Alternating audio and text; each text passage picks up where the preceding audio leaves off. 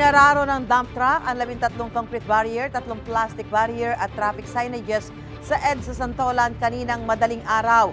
Ang mga detalye sa unang balita live ni EJ Gomez. EJ?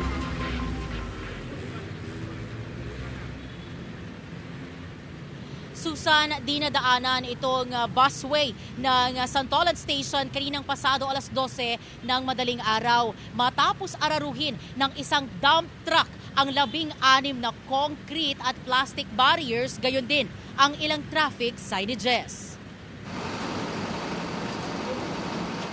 Nagkawasak-wasak ang unahang bahagi ng 12-wheeler na ito na may kargang buhangin matapos araruhin ang abot sa 16 na barrier sa southbound lane ng EDSA Santolan Station sa Quezon City pasado alas 12 ng madaling araw kanina.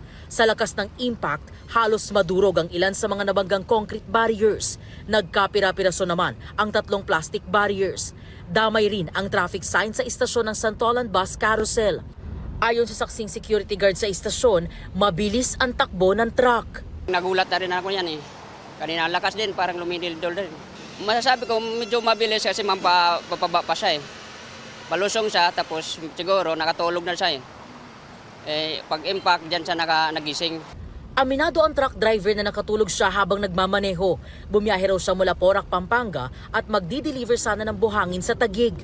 Yun, nakaidlip po ako. Tapos nung nagulat na lang po ako, na po ako. Nung kakabigin ko po yung manibela, hindi na po ako kaya. Yung dire-diretso na lang po, ma'am. Hindi ko na po napreno. Diretso biyahe na po. Kaya po pagod po, tapos puyat. Wala naman daw nadamay sa aksidente ayon sa MMDA. Pasado alas 4 kanina nang hilahin ng towing truck ng MMDA ang dump truck. Maharap ang truck driver sa kasong reckless imprudence resulting in damage to property. Ayon sa MMDA, nasa 6,500 pesos ang halaga ng kada piraso ng concrete barrier, habang 4,200 pesos naman ang plastic barrier.